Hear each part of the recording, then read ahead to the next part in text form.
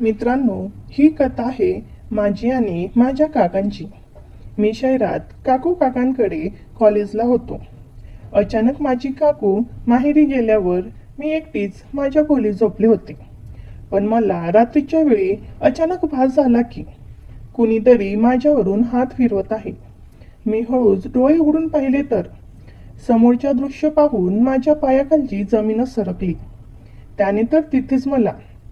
मित्रांनो, माझ्या काकाचं वय 45 आहे. ते खूप देखणे आणि रुबाबदार आहेत. त्यांची बॉडी एकदम फिट असून त्याची हाईट 5 फूट 8 इंच आहे. त्यांचं वय जरी 45 असलं तरी ते अजून 35चे वाटतात.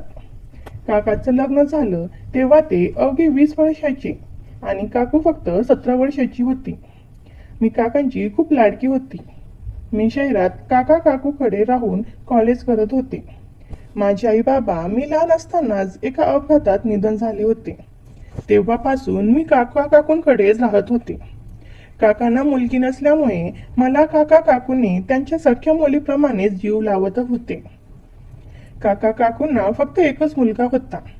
तोही आमच्या सोबतच राहायचा. तो घरबसल्या ऑनलाईन काम करून फेसबुक, यूट्यूब वरून पैसे कमवायचा. पण गेल्या काही दिवसात काकू काकांमध्ये खूप भांडण व्हायचे. ते छोट्या मोठ्या कारणावरून सतत भांडत असायची. माझी काकू प्रत्येक गोष्ट किरकिर करायची. त्यामुळे मी नेहमी काकांकडून बोलायची. त्यामुळे हळूहळू ती माझा पण राग करायला लागली होती. ही त्यावेळची घटना आहे, ज्यावेळी कॉलेजला सुट्ट्या होत्या आणि मी बऱ्याच दिवसानंतर आज घरी चालली होती. काकांना भेटायला मिळणार म्हणून मी खुश होती. काका मला खूप लाड करायचे. मला हवं नको ते सर्व द्यायचे. काकू मात्र सतत किरकिर करत असायची. त्यामुळे आम्ही तिला काही सांगायचो नाही. मी जेव्हा घरी पोहोचले आणि मला घराचा दरवाजा सतत उघडला दिसला. मी आत गेली तर मला कोणी दिसलं नाही. मला काहीतरी घडल्याची शंका झाली. मी किचन, हॉल, सर्व बेडरूममध्ये गेले तर तिथेही कुणी दिसलं नाही. शेवटी मी काका काकूंच्या बेडरूममधील बाथरूममध्ये गेली तर बाथरूमचं दार बंद दिसलं. मी आवाज दिला तेव्हा पलीकडून काकाचा आवाज आला. मला हायसं वाटलं. मला कळलं की काका घरात एकटेच आहेत. ते बाहेर आल्यावर मी त्यांना सर्वजण कुठे गेले विचारलं. काका काहीच बोलले नाही. मला आश्चर्य वाटलं. ते असे वागले नव्हते. ते काहीसे अस्वस्थ दिसत होते. मी परत काळजीने त्यांना काकूबद्दल विचारले, पण तेव्हाही त्यांनी काहीच उत्तर दिले नाही. मला संशय आला की या दोघांचे परत बिनसले आहे. मग मी काकूला फोन विचारलो, ती कुठे आहे? तिने सरळ उत्तर दिले की ती माहेरी आली आहे. मला नवल वाटलं, कारण काका काकूमध्ये इतके वादविवाद व्हायचे तरीही ती कधीही माहेरी गेली नव्हती. पण यावेळी ती माहेरी गेल्याने काहीतरी सिरियस घडल्याचा संशय आला. मी तिला त्याबद्दल विचारले, पण तिनेही काही सांगितले नाही. मी जेव्हा तिला परत परत माहेरी जाण्याचं कारण विचारलं तेव्हा ती वैतागून म्हणाली की तुझ्या काकांनाच विचार, तेच तुला सांगतील आता. असे बोलून काकूने रडत रडत कॉल कट केला. मी काकाजवळ गेले आणि त्यांना विचारलं काय झालं, पण ते काही सांगायला तयार नव्हते. थोड्याच वेळात माझा भाऊ घरी आला. मी त्याला विचारलं काय झालं, पण त्याला या दोघांच्या भांडणाचं कारणच माहीत नव्हतं. मी त्याला काकूला आणायची विनवणी करून त्याला त्याची बॅग भरायला सांगितली. त्यांनी ती मान्य करून लगेच तो सर्व आवरून काकूच्या माहेरी निघून गेला. आता घरात मी आणि माझे काका असे दोघेच होते. काकांची तब्येत बरी वाटत नव्हती. त्यामुळे मी त्यांना त्यांची रेग्युलर मेडिसिन्स दिली व आराम करायला सांगितलं. सकाळी नेहमी काकाप्रमाणे मॉर्निंगला वॉकला गेले आणि मला 9च्या सुमारास एक अननोन नंबरवरून फोन आला. तुमच्या काकांचा ॲक्सिडेंट झाला आहे. त्यांच्या डोक्याला आणि पायाला मार लागला आहे. तुम्ही ताबडतोब हॉस्पिटलमध्ये या. मी लगेच स्कूटी काढली आणि त्यांना सांगितलेल्या हॉस्पिटलमध्ये गेले. ते हॉस्पिटल त्यांच्या डॉक्टर मित्राचं होतं, ज्याचं नाव डॉक्टर विजय होतं. डॉक्टर अंकलने काकाच्या डोक्याला ड्रेसिंग केली होती आणि पायाच्या गोट्याला प्लास्टर केलं होतं. मी काकूला याबद्दल सांगितलं, पण तिला माझ्या गोष्टीवर विश्वास बसला नाही. तिला वाटलं की आम्ही दोघे मिळून नाटक करत आहे. डॉक्टरांनी काकांना 7-8 दिवसाच्या गोळ्या दिल्या आणि परत एकदा हॉस्पिटलला यायला सांगितलं. डॉक्टर अंकलने मला बाजूला नेऊन सांगितलं की तुझे काका खूप तणावात दिसत आहे. त्यांना काही प्रॉब्लेम आहे का? मी त्यांना सांगितले की काका काकूमध्ये भांडण झाले आहेत आणि काकू रागाने माहेरी निघून गेली आहे. त्यामुळेच काका जरा तणावात आहे. डॉक्टर अंकलच्या लक्षात सर्व आलं. ते म्हणाले, बहुतेक याच गोष्टीचा त्यांना मानसिक धक्का बसला आहे. मग त्यांनी मला काकांची नीट काळजी घ्यायला सांगितली. तसेच लवकर घरात काकूला बोलवून घे आणि हो, त्यांना त्रास होईल अशी काही बोलू किंवा वागू नकोस. मी म्हणाली, मी काकांची पूर्ण काळजी घेईन आणि काकूला पण परत फोन करून सर्व नीट सांगते. मग डॉक्टर अंकल म्हणाले, आता त्यांना घेऊन जा आणि 7-8 दिवसांनी परत घेऊन ये. ड्रेसिंगसाठी मी नर्सला घरी पाठवून देईन. मग काकांना घेऊन मी घरी आले. त्यांना बेडरूममध्ये घेऊन गेले. मग मी काकूंना फोन लावला आणि काकाबद्दल परत सर्व सांगितलं. पण काकूला अजूनही वाटत होतं की मी आणि काका तिला परत बोलवण्यासाठी सर्व नाटक करत आहेत. ती काहीच ऐकायला तयार नव्हती. काहीही झालं तरी मी आता यशा माणसाजवळ येणार नाही अशी ती म्हणत होती. मी काकूला खूप समजावून सांगण्याचा प्रयत्न केला, पण काकू काही ऐकण्याचा मूडमध्ये नव्हती. मी बोलले, मग भावाला तरी पाठवून दे. यावर काकू सरळ बोलली की आता तो माझ्यासोबतच राहील आणि तू तुझ्या काकासोबत राहा. एवढं बोलून काकूने फोन कट केला. आता मला काहीच कळत नव्हतं की एवढं काय झालं की काकू अजिबात ऐकायला तयार नाही आणि काका सुद्धा काहीच नीट सांगत नाहीत. काय करू मला कळत नव्हते, पण मला काकांची खूप काळजी वाटत होती. माझ्या सुट्ट्या संपत आल्या होत्या, पण काकांना असं सोडून जाण्यात काहीच अर्थ नव्हता. मी कॉलेजला अर्ज लिहून परत काही दिवसांच्या सुट्ट्या मागितल्या. 2-3 दिवस अशीच निघून गेले. माझं पूर्ण कामात आणि काकांच्या सेवेत जाऊ लागलं. काका एकदम शांत असायचे आणि एकही शब्द बोलत नसायचे. एका रात्री मी काकांच्या रूममध्ये त्यांच्यासाठी हळदीचे दूध घेऊन गेले असता मला विचित्र अनुभव आला. त्या रात्री नेहमीप्रमाणे आमचं जेवण झालं आणि हळदीचे दूध द्यायला मी त्यांच्या रूममध्ये गेले. ते पिऊन झाल्यावर मी ग्लास घेऊन परत वळले. तेवढ्यात काकांनी माझा हात धरला आणि मला त्यांच्याकडे ओढलं. काका बेडवर होते, त्यामुळे मी त्यांच्या अंगावर जाऊन पडले. काका वेड्यांसारखं काहीतरी बडबडू लागले. ते मला काकू समजून काहीतरी बडबडायला लागले. ते म्हणत होते की मी कुठे होती, आता आलीस का, आणि मला सोडून जाऊ नको, वगैरे वगैरे.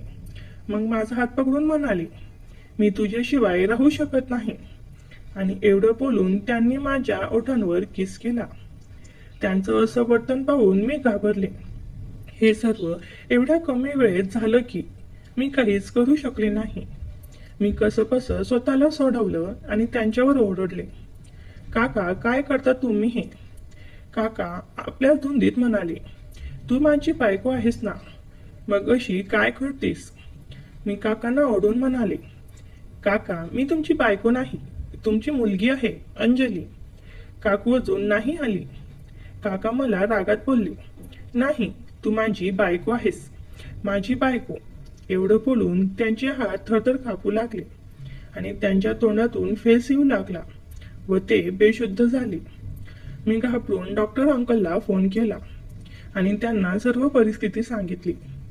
ते लगेच आमच्या घरी आले. मी आल्यावर त्यांना सर्व सविस्तर सांगितलं.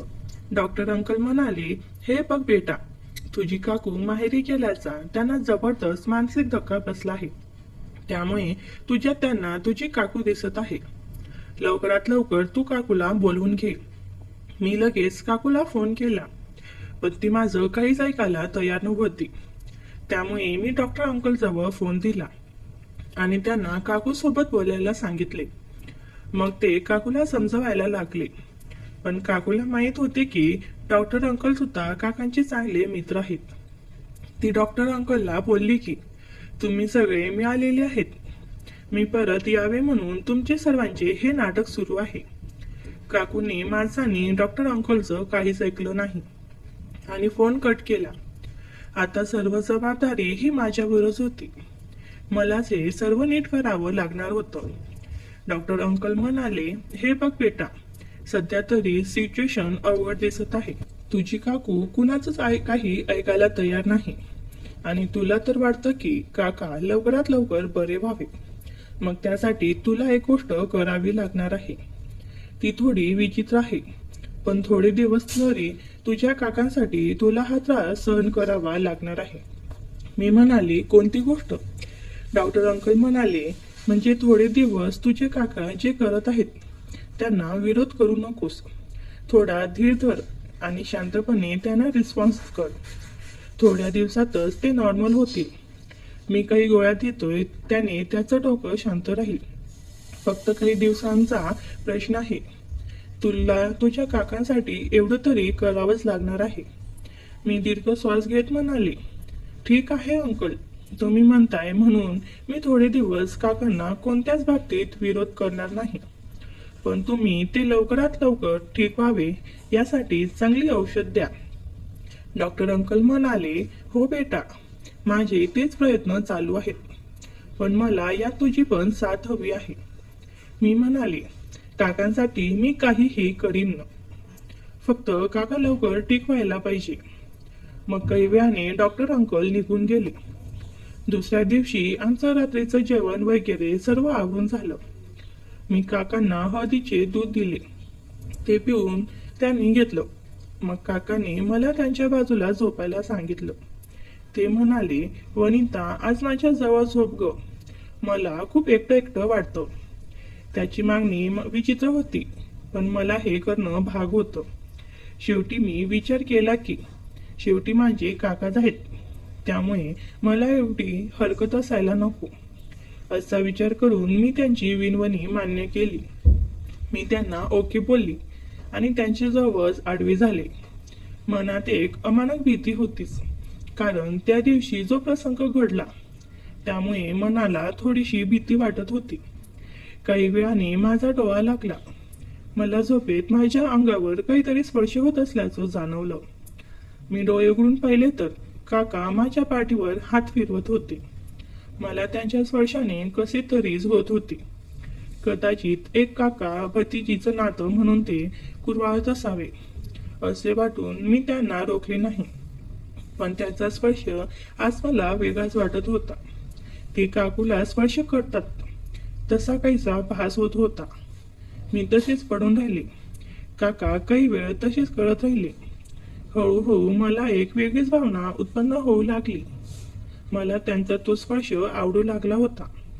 मनात इच्छा असतानाही मी त्यांना रोखू शकत नव्हते. पण ते पुढे जाण्यासाठीच मी उठून बसले. काका म्हणाले, काय झालं ग वनिता? मी म्हणाले, काही नाही, मला बाथरूमला जायचं आहे. काका म्हणाले, बरं, जाऊन ये. मी बाथरूममध्ये गेले. काकांचा तो स्पर्श मला आठवू लागला. मी घाबरले होते, पण आता माझ्याकडे दुसरा कोणताच उपाय नव्हता. मी माझा चेहरा धुतला व फ्रेश झाले. मग मी येऊन काकाजवळ न जाता तिथल्या खुर्चीवर जाऊन बसले. काका म्हणाले, काय झालं, ये ना माझ्याजवळ. आज खूप इच्छा आहे ग माझी. मला सुचत नव्हतं आता पुढे काय करावं. त्यांना विरोध करता येत नव्हता. मी जर विरोध केला आणि मागच्या सारखं त्यांची अवस्था झाली तर एवढ्या रात्री मी एकटी काय करणार, म्हणून खूप गोंधळली होती. मला काकांना दुखवायचे नव्हतं, कारण डॉक्टर अंकलने आधीच तसं बजावलं होतं. काय करावं सुचत नव्हतं. शेवटी मी त्यांच्या जवळ गेले आणि थोडीशी नाटक करत त्यांना म्हणाले, अहो एकांना, तुमची तब्येत खराब आहे ना, मग तुम्ही आज आराम करा. तुम्ही नीट झाले की आपण मस्त एन्जॉय करूया. काका माझा हातात हात पकडत म्हणाले, नाही ग, मी एकदम ओके आहे. आज खूप मूड आहे ग. मी त्याचा चेहरा हातात घेत आणि थोडी लाडात येऊन म्हणाले, आज नको हो, तुम्ही नीट झालो ना, मग नक्की एन्जॉय करू आपण. तुम्ही असा हट्ट करू नका आता, नाहीतर मी परत माहेरी निघून जाईल. काका लगेच म्हणाले, नको ग, परत सोडून जाऊ नकोस अशी माहेरी. तुझ्याशिवाय मी कसा जगलो हे मलाच माहीत आहे.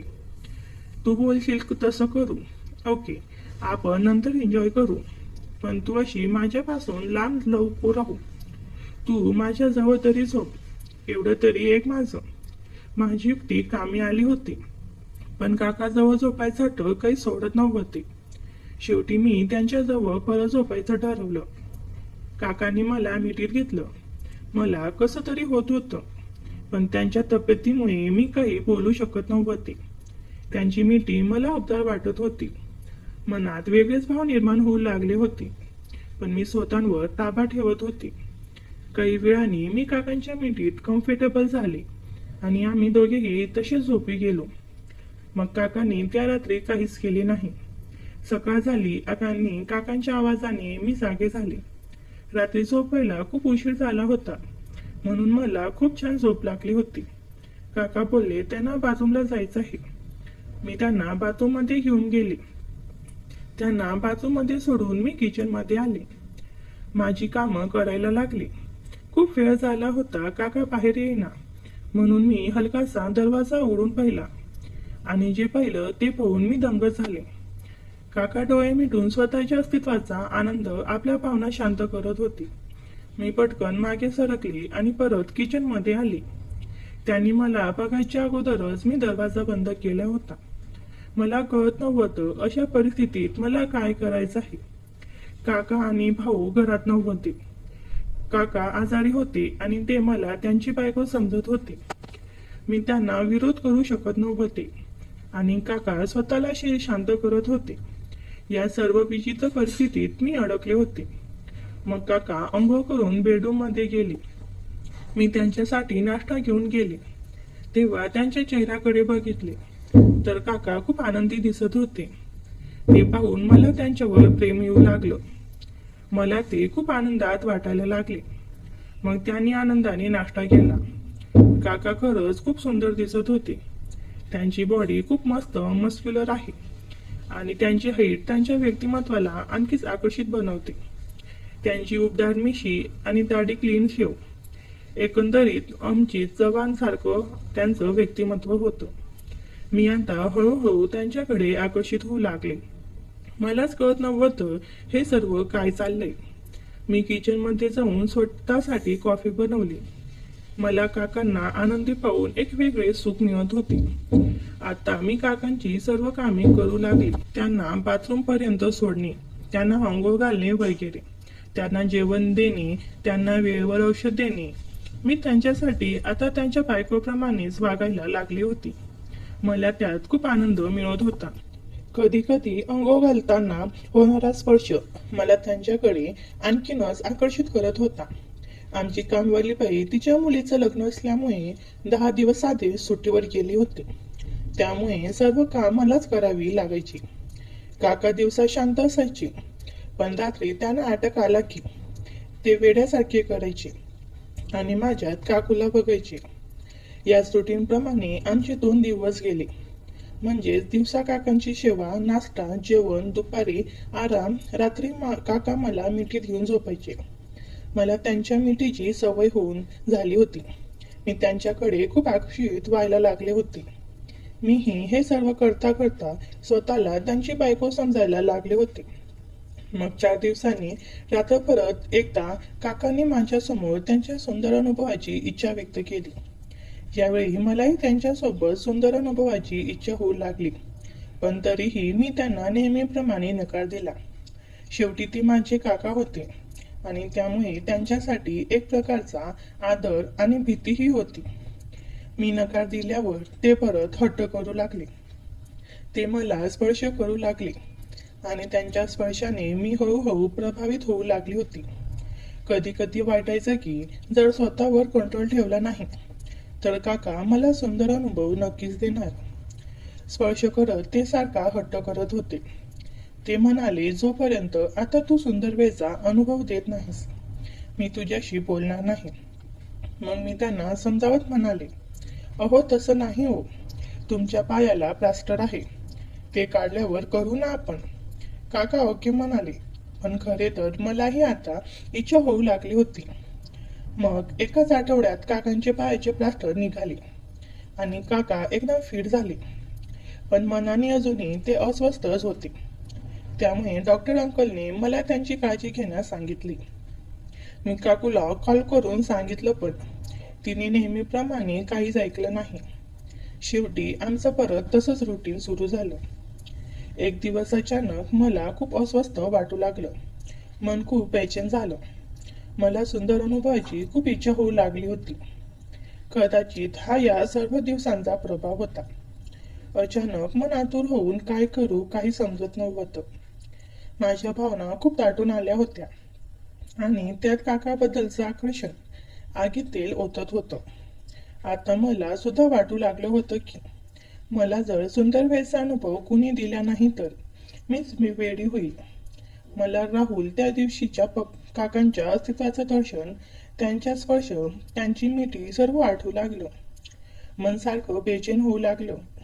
मी काकाकडे खूपच आकर्षित झाले असे वाटायला लागले. पण ते माझे काका आहेत म्हणून त्यांच्यासोबत सुंदर अनुभवाची भीती आणि लाज वाटत होती. पण मला आता स्वतःवर ताब्यात ठेवणे खूप कठीण जात होते. मी माझ्या मनात विचार केला की जर आता सुंदर अनुभवाची एवढी इच्छा होत आहे, आत काकांना तर त्या गोष्टीची आधीपासून सवय आहे, तर काका असं का नाही करणार. शेवटी मी विचार केला की काका तशीही आजारी आहेत. त्यांना वेडेपणाचे दौरे येत आहेत. त्यांना कुठे काय आठवणीत राहणार. आम्ही जेवण वगैरे करून बसलो होतो. रात्रीचे 10 वाजले होते. मी किचनमध्ये जाऊन भांडे घासत होते. तेवढ्यात काका मला त्याची बायको समजून माझ्या पाठीमागून येऊन मला घट्ट मिठी मारली आणि मला म्हणाले, वनिता चल ना आता, सोड ते काम. आणि तसाच मला घेऊन गेली. मी जाऊन बेडवर बसले. तेवढ्यात काकाने मला पंजाबी ड्रेसवर पाहिलं आणि मला म्हणाले, वनिता तू हे काय घातले आहेस, जा गाऊन घालून ये लवकर. मी जाऊन चेंज करून आले. मी विचार करत होते, आज माझं काही खरं नाही. आज मला स्वर्गच दाखवणार. भीती पण वाटत होती कारण काका खूप दिवसाची भूक माझ्यावर काढणार. मग मी गाऊन घालून खाली मान घालून तिथे जाऊन उभी राहिली. मग काकाने मला जवळ घेतलं आणि नेहमीप्रमाणे मला मिठीत घेतलं. ते माझ्या पाठीवरून हात फिरवू लागले आणि त्यांच्या स्पर्शाने माझा संयम तुटला. मी खूप प्रभावित झाली. मीही त्यांना प्रतिसाद द्यायला लागले. काकांचे श्वास वाढले आणि त्यांनी माझ्या ओठांकडे आपले ओठ सरकले. माझेही डोळे आपोआप मिटले आणि मीही त्यांना तसाच प्रतिसाद द्यायला लागले. हळूहळू काकांचे वेळ वाढतच गेले आणि ते मला प्रत्येक ठिकाणी स्पर्श करू लागले. त्यांच्या स्पर्शाने मी खूप मोहित झाले होते. माझ्या श्वासांची गती वाढतच गेली. माझे जीवन काकांच्या अस्तित्वासाठी अगदी आतुर झाले होते. मी काकांना म्हणाले, आता मला तुमच्या अस्तित्वाची गरज आहे. माझे जीवन तुम्ही आनंदाने अगदी भरून टाका. माझ्या अशा बोलण्याने काका अधिक उत्साहित होऊन प्रेम करू लागले. हळूहळू आम्ही सर्व बंधनातून मोकळे झालो. मग काकाने माझ्या नाजूक जीवनात आपली भावना टाकली आणि मला विजेचा झटका आल्यासारखा झाला. मला त्यांची भावना असह्य झाल्या, पण काका त्यात खूपच उत्साही वाटत होते. मग डॉक्टर अंकलने सांगितल्याप्रमाणे त्यांना विरोध नको म्हणून मी त्या सहन करत राहिले. काका आता वेड्यासारखे करत होते आणि मला त्यांच्या भावनेची भीतीही वाटत होती. ते आपल्या धुंदीत होते. मग हळूहळू मला त्याची सवय होऊन ते क्षण मी अनुभवू लागले. मला आता काकांच्या वेडेपणाची मजा येऊ लागली. त्यांच्या अशा करण्याने मीही खूप उत्साहित झाले आणि ते सुंदर क्षण अनुभवू लागले. काका एकदम कसब काटत होते आणि मला एकदम स्वर्गात असल्यासारखं वाटत होतं. काका खूप दिवस झाले म्हणून ते एखाद्या जनावरासारखे करत होते. त्यांना माहीत नव्हते की समोर त्यांची मुलगी आहे. पण आता मी त्यांना सुंदर वेळचा अनुभव खूप आनंदाने घेऊ लागला होता. मीही सर्व विसरून त्यांना तसाच साथ देत होते. काही वेळ गेल्यावर मला अचानक आनंदाचे झटके येत आकाशात उंच उडत असल्यासारखं वाटू लागलं. मी त्या सुंदर आणि माझ्या जीवनातून आनंदाने रंग सोडत उडत मला हवे तरंगल्यासारखं वाटू लागलं होतं. मी खूप आनंदात होते. मला त्या सुंदर क्षणाचा एक वेगळाच अनुभव येत होता. काकांना काहीच कल्पना नव्हती की त्यांच्या वेडेपणाला मला अगदी स्वर्गात पोहोचवलं होतं. अचानक माझ्या जीवनातून आनंदाच्या लहरी येऊ लागल्या होत्या आणि काही क्षणात मला अगदी हलकं हलकं वाटू लागलं. मला एक वेगळं सुख आणि समाधान मिळू लागलं होतं. मी आनंदाने क्षण अनुभवत अगदी वेडावून गेली होती.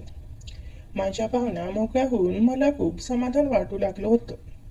थोड्याच वेळात काका सुद्धा त्या क्षणाजवळ पोहोचत आवाज करत शांत झाले. माझ्या जीवनात त्या आनंदाने रंग भरू लागले. मला त्यांच्या भावनेचं एक वेगळं सुख मिळत होतं. शेवटी ते शांत झाले. ते खूप आनंदी दिसत होते. त्यांच्या चेहऱ्यावर खूप समाधान दिसत होते. त्यांना आनंदी पाहून मलाही खूप आनंद होत होता. शेवटी आम्ही शांत झालो आणि तसे झोपी गेलो. सकाळी आम्ही उशिरा उठलो आणि रोजच्या प्रमाणे सर्व आवरलं. मला आता स्वतःच्या काकांची अर्धांगिनीच वाटू लागले होते. मला काकूचाही विसर पडला होता. त्या दिवशी मी काकूचे कपडे घालून मेकअप करून तयार होऊन काकासमोर गेले. काका मला पाहून खूपच आनंदित झाले. खुश होऊन ते म्हणाले, वनिता, तुला आठवतंय का? तू मला एकदा काय बोलली होतीस ते? मी त्यांच्याकडे आश्चर्याने पाहत म्हणाले, काय? ते म्हणाले, हेच की तू माझ्या मित्राला पण एकदा सुंदर अनुभव देशील. त्याचं बोलणं ऐकून माझी पायाखालची जमीन सरकली. मला खूपच नवल वाटलं. मनात विचार आला, कदाचित काकांच्या या हट्टामुळं तर काकू माहेरी गेली नाही ना. आणि मला खूप भीती वाटली. पण तसे न दाखवता आता खरं काय ते जाणून घेण्याची मला इच्छा होऊ लागली. मी म्हणाले, हो, मी बोलले होते. काका म्हणाले, मग आता तर तुझी काही हरकत नाही ना? मी म्हणाले, माझी काय हरकत असणार? मग ते म्हणाले, तू या गोष्टीला आधी तयार नव्हतीस म्हणून विचारलं. यासाठी तू किती हंगामा केला होतास. अगदी मला सोडून माहेरी जायला निघाली होतीस. काकांचे हे शब्द ऐकून माझ्या पायाखालची जमीन सरकल्यासारखी झाली. पण मी स्वतःवर ताबा ठेवत त्या मित्रांचे नाव विचारलं. मी त्यांना लाडाने म्हणाले, हो आती, मी नाही म्हणत होते. पण जर तुम्ही तुमच्या त्या मित्राचे नाव सांगितले तर मी नक्कीच विचार करेन. कारण तो सुद्धा तुमच्यासारखाच असायला हवा ना. काका हसत हसत म्हणाले, अगं, त्यांच्या अनुभवाने तुला खूपच मजा येईल. तू अगदी आनंदाने वेडीच होशील बघ. काका लगेच त्याचे नाव सांगितले आणि ते ऐकून मी खरंच विचारात पडले. मी विचार पण केला नव्हता. मित्रांनो, माझ्यासोबत पुढे काय झाले आणि तो काकाचा मित्र कोण आहे हे मी तुम्हाला पुढच्या भागात सांगणार आहे. कारण कथा खूप मोठी आहे. तर पुढच्या भागासाठी आपल्या चॅनलला सबस्क्राईब नक्की करा आणि कमेंटमध्ये भाग 2 लिहा. धन्यवाद.